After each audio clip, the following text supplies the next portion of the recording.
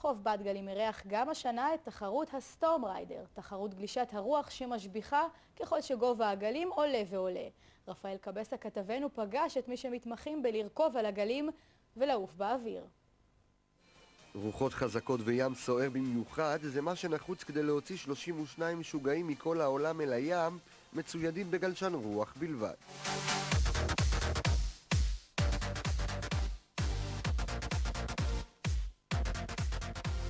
לתחרות הרדבול סטורם ריידר 2009 הגיעו לא מעט פרצופים מוכרים שכבר ראו גלים גבוהים בחיים שלהם.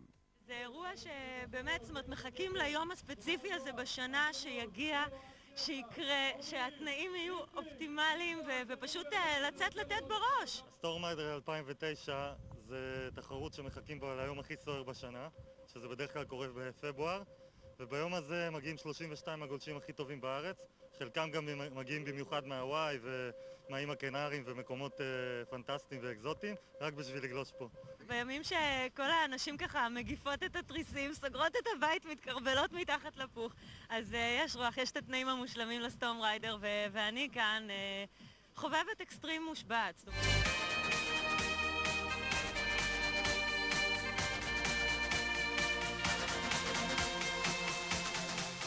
רוכבים על גלים ומשתמשים בעצם בטבע ומתחברים לטבע ומנסים להוציא ביצועים הכי יפים והכי רדיקליים.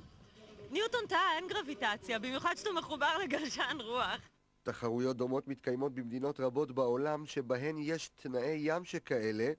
בארץ התחרות מתקיימת זו השנה השביעית ברציפות ותמיד בחוף הגלישה של בת גלים.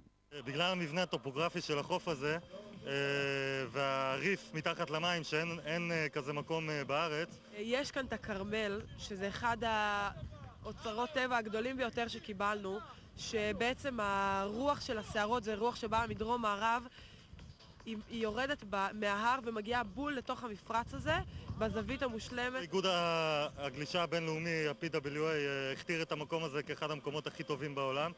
קורזיץ, אלופת העולם לשעבר, היא כנראה האישה היחידה בארץ שמסוגלת להתמודד עם ספורט אקסטרימי מהסוג הזה, שמרגש אותה קצת יותר מהאולימפיאדה. אולימפיאדה זה ספורט, זה אנשים שבאימונים הם לא נהנים. עברתי פשוט להתחרות ולהתאמן בחול. בארץ, כמו שאתם יודעים, זה לא מעניין אף אחד, וספורט זה לא הדבר החזק במדינה, יותר צבא, מלחמות ופוליטיקה. אני עדיין מייצג את המדינה בחול ועושה את הכל בשביל לייצג על הצד הטוב ביותר. אם אנשים רק יצאו ויראו את זה וישתחררו מכל הלחצים, הייתי עכשיו הרבה זמן בחול ואתה מגיע לארץ ואתה רואה את הלחץ שיש פה לאנשים, בואו קצת לים, לראות אותנו, להירגע.